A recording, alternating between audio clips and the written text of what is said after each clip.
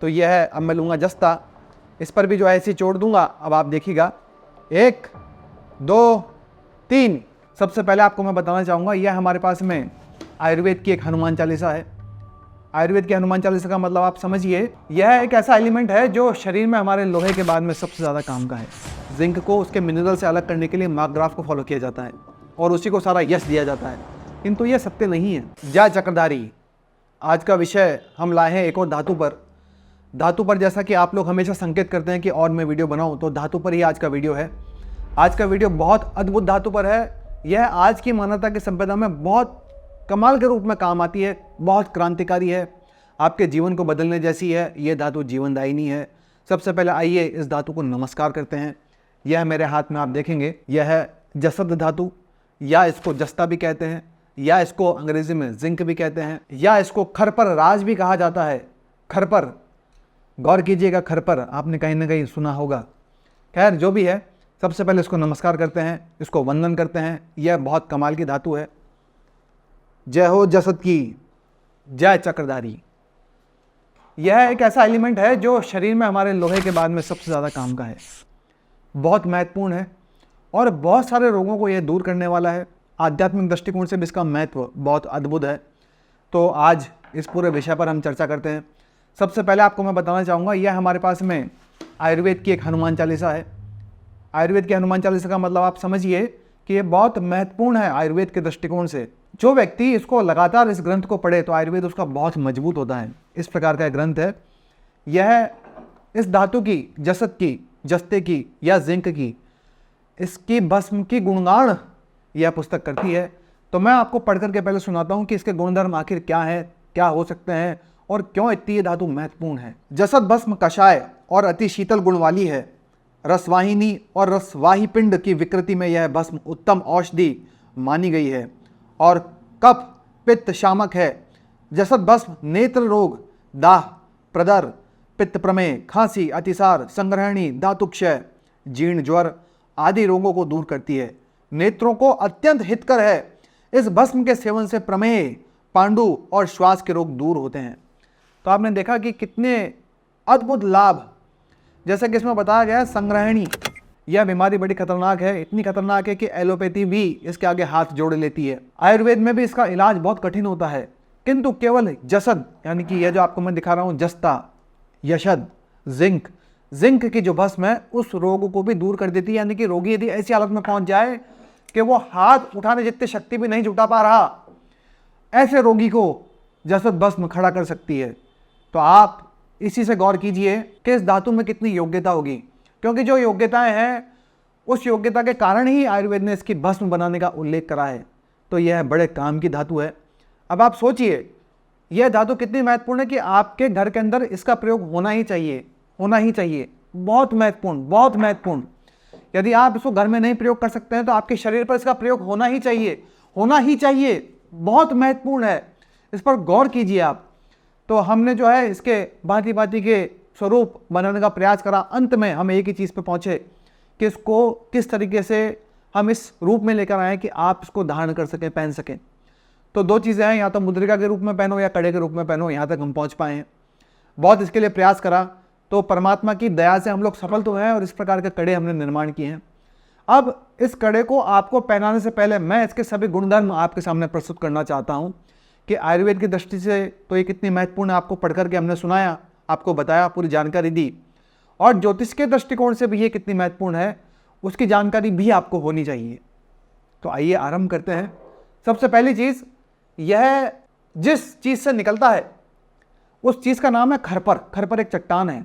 तो जैसे मान लो फ्रूट्स में या सब्जियों में जो जूस निकलता है तो हम उसको जूस बोल देते हैं, या उस सब्जी का तरल पदार्थ बोलते हैं। ठीक इसी प्रकार चट्टानों में से जो जूस निकलता है, अब चट्टानों का जूस ये आवश्यक नहीं कि लिक्विड फॉर्म में निकले, उसको गर्म करना पड़ता है, उसको गलाना पड़ता है, भांति भांति के प्रोसेस उसमें होते हैं, तब जाकर उसका सत्व, उसकी जो भीतरी की चेतना है, उस चट्टान की जो चेतना वो प्राप्त होती है। तो खरपर एक चट्टान है जिसको अंग्रेजी में कैलामाइन कहा जाता है।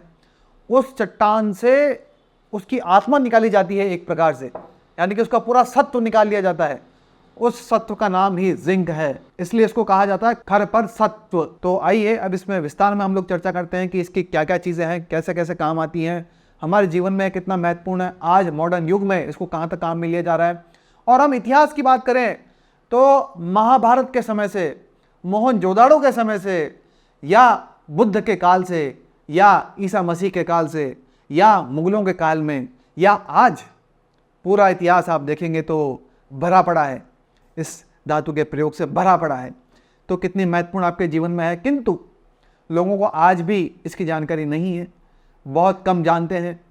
यह इतना महत्वपूर्ण है यह नहीं समझते हैं, हालांकि नाम तो सुना होगा, किंतु यह कितना महत्वपूर्ण है इस विषय में जानकारी लोगों को बहुत कम है। अब मैं और आपको कुछ बातें बता देता हूँ।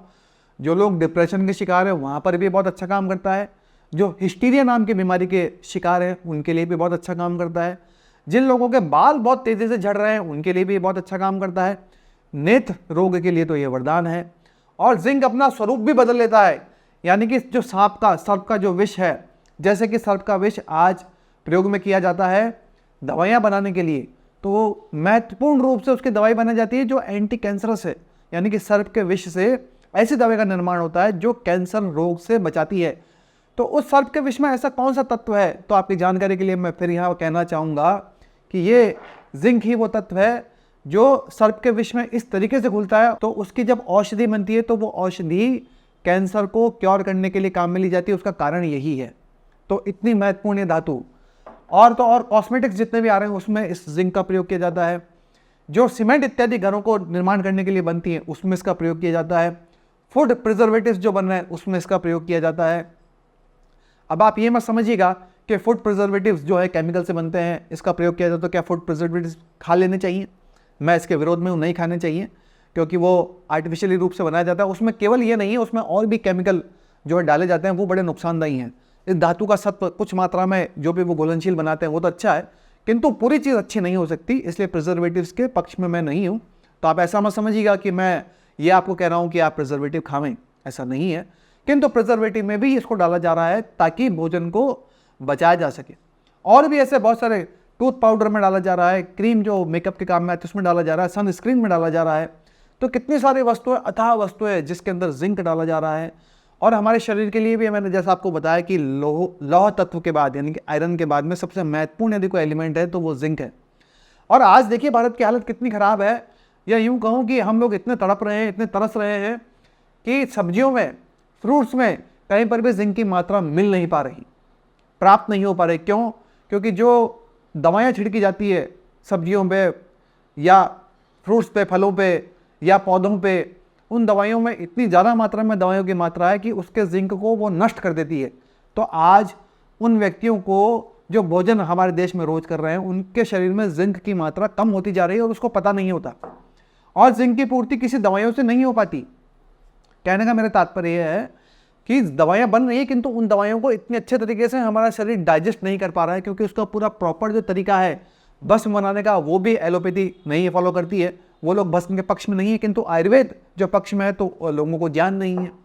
और हमारा शरीर इसको सोख ले ऐसी कोई व्यवस्था आप लोगों ने नहीं कर रही, क्योंकि शरीर पे धारण करना कोई करता ही नहीं है। जिंक का कड़ा या अंगूठी आपने कितने लोगों को देखा है जो शरीर पे धारण करते हैं? बहुत कम लोग मिलेंगे। पहली बात, इसको बनाना ही आसान नहीं है। आज आप किसी सुनार के पास जाते हैं और कहते हैं कि आप जो है हमारे को जस्ते का कड़ा बना करके दो, तो एकाएक उनकी सांसें फूलती हैं। इसका कारण भी कुछ है, इसमें बड़ी मेहनत लगती है और थोड़ी बुद्धि भी लगती है। तो बुद्धि का प्रयोग करके इसको बनाया जाता है। और इसमें क्या ऐसी चीज़ है जिसको बनाने से वो घबराते हैं, उसका आपको मैं मुख्य कारण बता देता हूँ। ये टूटता बड़ी जल्दी है, टूट जाता है, दो टुकड़े हो जाता है।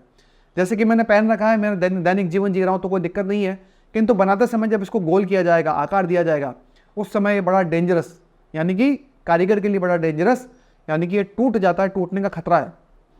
इसका काठिन्य यानी कि कठोर अवस्था जो है इसकी, वो लगभग चांदी के बराबर है।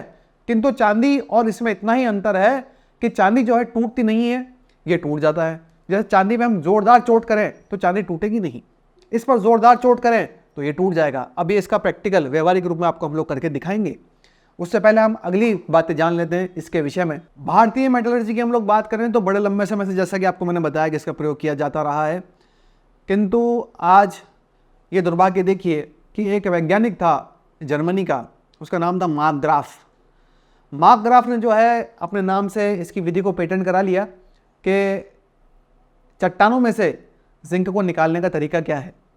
तो ये कौन से सन में हुआ? ये वैज्ञानिक जो है 1700 के आसपास हुआ था, सन 1700 के आसपास। और मैंने जो आपको बताया इसके प्रमाण वो सब लोग भी जानते हैं कि इसके प्रमाण बहुत पहले से हमारे को प्राप्त हो रहे हैं, किंतु फिर भी पेटेंट करा लिया, वो चीज़ें पास हो गई और आज भी जो है जिंक को उसके मिनरल से अलग करने के लिए मार्कग्राफ को फॉलो किया जाता है और उसी को सारा यश दिया जाता है। किंतु ये सत्य नहीं है। सत्य यह है कि इसके यश के हकदार, इसके अधिकारी हमारे पूर्वज, हमारे ऋषि मुनि रहे हैं, वो धन्यवाद के पात्र हैं। दूसरी बात और मैं आपको बताता हूँ, हम तो जो है इस लंबे समय से काम कर ही रहे हैं, यानी कि हमारे पूर्वज ये लंबे समय से काम कर रहे हैं। भारत इसके लिए बहुत लंबे समय से काम कर रहा है। मेटलर्जी के अंदर दुनिया में सबसे आगे यदि कोई राष्ट्र रहा है तो वो भारत रहा है। पूरे संसार को मेटलर्जी किसी ने सिखाई है तो भारत ने सिखाई है। और आज देखो विडम्बना कि हमारे पास बहुत सारी कला का लोप हो चुका है, गुप्त हो चुकी है, गायब हो चुकी हैं। तो खैर जो भी है, इस मैकग्राफ का ही एक चेला रहा जिसका नाम था फ्रांस। उसी ने जो है चीनी को बनाने की खोज करके दी है। उसी के फॉर्मूले से आज जो हम शक्कर खाते हैं, चीनी खाते हैं, उसी ने बना के दी है। तो अब ये लोगों ने पेटेंट करा करके चीज़ों को अपने नाम करा लिया और उन्हीं के नाम से प्रोसेस को दिया जा रहा है। किंतु क्या वास्तव में ये उतने सेफ हैं? क्या मनुष्य के उपयोग के लिए उतने सेफ हैं? आज शुगर, वाइट जो चीनी है, सफ़ेद शक्कर, ये शरीर के लिए कितनी हानिकारक है ये तो आप जानते हैं। इसका परिचय देने की मुझे कोई आवश्यकता नहीं है। इसी प्रकार से ये जो विधि हम लोगों ने खोजी थी वो किसी ने पेटेंट करा ली, हमारे को उसका कोई यश ही नहीं मिल रहा। तो ये दुख की बात है। किंतु धीरे धीरे हमारे राष्ट्र की चेतना वापस जाग रही है। आप लोगों का भरपूर साथ मिल रहा है। आप लोग भी आयुर्वेद ग्रंथों को, वेदों को, जो ऐसे ग्रंथ है जो हमारे भीतरी ज्ञान को छुपा के बैठी हुई हैं, आज भी उनको प्रकट करने के लिए आप लोग उद्यत हो रहे हैं। और मेरी आपको भी बहुत शुभकामनाएं कि आप भी इसमें बहुत रुचि लेते हैं। खैर हम अब लौट करके हमारे विषय पर पुनः आते हैं। इससे एक विशेष प्रकार की भस्म पैदा होती है, या यूँ कहूँ ऑक्सीडाइजेशन प्रोसेस होकर के इससे एक विशेष प्रकार का तत्व हाथ लगता है जिसे जिंक ऑक्साइड कहते हैं। आयुर्वेद की पुस्तक में उसका नाम है पुष्पांजन। और यह इसका शुद्धिकरण भी होता है। शुद्धिकरण करने के बाद में इसको नेत्रों में काजल के रूप में भी लगाया जाता है। और इस पुष्पांजन से जो है इसके बहुत सारे प्रयोग आज के मनुष्य ने खोज लिए हैं। जैसे एंटी डैंड्रफ शैम्पू में भी पुष्पांजन डाला जा रहा है, पेंट में भी पुष्पांजन डाला जा रहा है, डिओड्रेंट्स आदि में भी पुष्पांजन डाला जा रहा है। इसके प्राप्ति स्थान आज भारत में बहुत सारी जगह हैं, जैसे मध्य प्रदेश, जैसे पंजाब, जैसे झारखंड, जैसे राजस्थान, जैसे कश्मीर। इन सब स्थानों पर जो है बड़ी मात्रा में यह धातु निकलती है, प्राप्त होती है। अब मैं आपको बताता हूँ ज्योतिष लाभ, किससे क्या लाभ हो सकते हैं। तो इसके अंदर विशेष रूप से बुध की बहुत ज़्यादा ऊर्जा है, उसके बाद मंगल की ऊर्जाएं हैं, उसके बाद में इसके अंदर कुछ ऊर्जाएं शुक्र की भी हैं। तो इस प्रकार से यह 3 ग्रहों का कॉम्बिनेशन है। अब इसमें महत्वपूर्ण रूप से जो बुध और मंगल यहाँ पर बहुत बड़ा रोल अदा करते हैं। बुध आपकी वाणी में तेज देता है, तो इसको पहनने से आपकी वाणी का भी तेज आपको मिलेगा, और इतना तेज कि लोग वास्तव में प्रभावित हो जाएं। इसको पहनने से आपके भीतर इस प्रकार की चेतना डेवलप होती है, आपके मस्तिष्क में इस प्रकार की ऊर्जा डेवलप होती है। अच्छा, आपने बोल तो दिया, किंतु उसका क्रियान्वयन करना, यानी कि जो आपने बोला उस बात को प्रैक्टिकल रूप में करके दिखाना, आपके शब्दों में इतना जोर होना चाहिए कि जैसा बोला वैसा किया, वो वाला काम भी जस्ता करता है।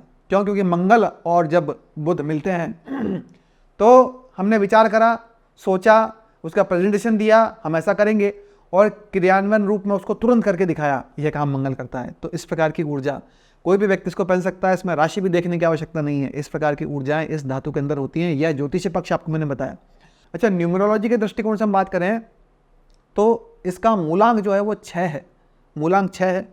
और कौन कौन लोग पहन सकते हैं मूलांक के आधार पर यदि मैं बात करूं तो 3, 4, 5, 6, 8 और 9, ये तो बिना सोचे समझे, बिल्कुल ही कुछ सोचना विचारना ही नहीं है, सीधा इसको धारण कर ले।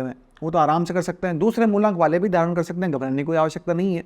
ऐसा नहीं कि आपका नाम नहीं लिया या आपका मूलांक का नाम नहीं लिया तो आप जिसको पहन नहीं सकते, ऐसा कदापि नहीं है, कहीं पर भी नहीं है। किंतु जिन लोगों का यह मूलांक मैंने बताया है 3, 4, 5, 6, 8 और 9, इनके लिए बहुत विशेष रूप से लाभदायी यह सिद्ध हो सकता है। तो आइए अब आगे पढ़ते हैं और आपको दिखाते हैं कि यह बना कैसे, ये फूटक कैसे है, ये टूटता कैसे है, उसकी पूरी प्रक्रिया आपको दिखाते हैं। जय चक्रधारी, जैसा कि कुछ देर पहले ही आप सबसे वादा किया कि हम आपको प्रैक्टिस करके दिखाएंगे, तो यह चांदी का कड़ा 99.9% शुद्धता का, और वहीं ये जस्ते का कड़ा जिसकी शुद्धता भी 99.9% है। तो आइए प्रैक्टिस करके देखते हैं कि इस पर जब हथौड़े की चोट पड़ती है तो इसमें लोचशीलता कैसी है, इलास्टिसिटी कैसी है, ये टूटता है या नहीं टूटता है। और इस पर भी हम लोग हथौड़े से चोट करके देखेंगे कि इसकी इलास्टिसिटी है भी या नहीं, यानी कि लोचशीलता है भी या नहीं, है तो कैसी है, यह टूटता है या नहीं। तो पहला प्रयोग हम लोग करते हैं चांदी पर, जिसकी शुद्धता 99.9% है। तो इस हथौड़े की चोट में देने वाला हूं, ये आप देखेंगे 1 2 3। यह देखिए ये जो है मुड़ गया, लोचशीलता के कारण जो है ये मुड़ गया, इसमें इलास्टिसिटी है इसलिए मुड़ गया। और अभी हम यही कार्यवाही जस्ते के कड़े पर भी करेंगे, देखते हैं उसका क्या होता है, क्या बिगड़ता है या नहीं बिगड़ता है। हार्डनेस दोनों की सेम है, किंतु इसमें लोचशीलता है, इसमें क्या है आइए करके देखते हैं। तो यह है, अब मैं लूँगा जस्ता, इस पर भी जो है ऐसी चोट दूंगा। अब आप देखिएगा 1 2 3, कुछ लोचशीलता आई है, देखिए आप। एक और चोट देंगे, 1 2 3, यह देखिए ये इसके टुकड़े हो गए। तो इसमें इतनी लोचशीलता नहीं होती। ये देखिए आप, ये जस्ते का कड़ा टूट चुका है, ये 2 टुकड़े में बिखर चुका है, इसके भीतर का स्ट्रक्चर सामने आ गया है। किंतु चांदी में देखिए आप कितनी लोचशीलता है कि ये जो है, मैं इसको यदि दम लगा के वापस खोलूँ तो वापस इसको जो है सही कर सकता हूँ, इसको आकार दे सकता हूँ। किंतु ये जो कड़ा टूट गया है इसका मैं कुछ नहीं कर सकता, यह तो टूट ही गया। इसके भीतर का सौंदर्य देखिए आप, ये जो अंदर का स्ट्रक्चर बना है ये हेक्सागोनल स्ट्रक्चर है। जैसे मूलांक 6 के लिए मैंने बोला था, तो हेक्सागोनल जो है स्ट्रक्चर अपने आप में इसके अंदर का अपने आप निर्माण होता है कि मूलांक 6 के लिए इसमें क्रांतिकारी रूप से ऊर्जाएं प्रवाहित हो। तो यह भी आपको मैंने इसका कारण बताया। तो इस प्रकार से जस्ते के अंदर इलास्टिसिटी नहीं होती, किंतु सिल्वर में इलास्टिसिटी बहुत ज़्यादा होती है, इतना ही फर्क है। तो इस प्रकार से आज हमने आपको पूरी गणित जो है इसकी समझाई, इसका पूरा वैज्ञानिक दृष्टिकोण हमने आपको बताया, आयुर्वेदिक दृष्टिकोण आपको बताया, हमने आपको जो है ज्योतिष लाभ इसके बताए। तो आप चाहें तो इसको हमारी वेबसाइट से ऑर्डर कर सकते हैं www.चक्रधारी.com। इसके अलावा आपसे विशेष निवेदन रहेगा कि आप हमारे इंस्टाग्राम अकाउंट को भी फॉलो करें, क्योंकि उस पर भी जो दैनिक रूप से हम लोग बना रहे हैं उसको डालते हैं। क्या पता उससे आपको कुछ प्रेरणा मिले या आप हमको कुछ प्रेरणा दे पाओ कि हमको ये सुधार करना चाहिए या ये बढ़ाना चाहिए या ये कम करना चाहिए। तो उसमें भी आप मेरा साथ देवें, ऐसा मेरा आपसे निवेदन रहेगा। इसके अलावा आप इस चैनल में आपको लगता है कि कुछ आपके काम का है तो आप हमें सब्सक्राइब भी करना ना भूलें। सब्सक्राइब करने के अलावा एक और महत्वपूर्ण चीज़ जो कि यूट्यूब ने बड़ी ज़बरदस्त तरीके से लागू करी है, वो है बेल आइकन को दबाना। बेल आइकन आप दबाते हैं तो हम जो भी वीडियो डाल रहे हैं तुरंत आपके पास उसका अपडेट आएगा। अपडेट आने के कारण ही आप हमको देख पाएंगे, अन्यथा आपको लगेगा कि हम कुछ बना ही नहीं रहे, हम कुछ कर ही नहीं रहे। तो ऐसा ना हो, इसके लिए आप ज़रूर बेल आइकन भी दबा दें। बस इतना ही निवेदन रहेगा। इसके अलावा आपके हृदय में कोई जिज्ञासा हो, कुछ प्रश्न हो, आपको कुछ जानना हो, कुछ पूछना हो, तो मेरा व्हाट्सएप नंबर है 9887917255। देर सवेरी से किंतु मैं प्रत्युत्तर अवश्य ही आपको दूंगा। इतना ही आज के लिए, मैं इस बात को आज यहाँ पर विराम देता हूँ। आज जय दीजिए। जय चक्रधारी, ईश्वर आपका कल्याण करे।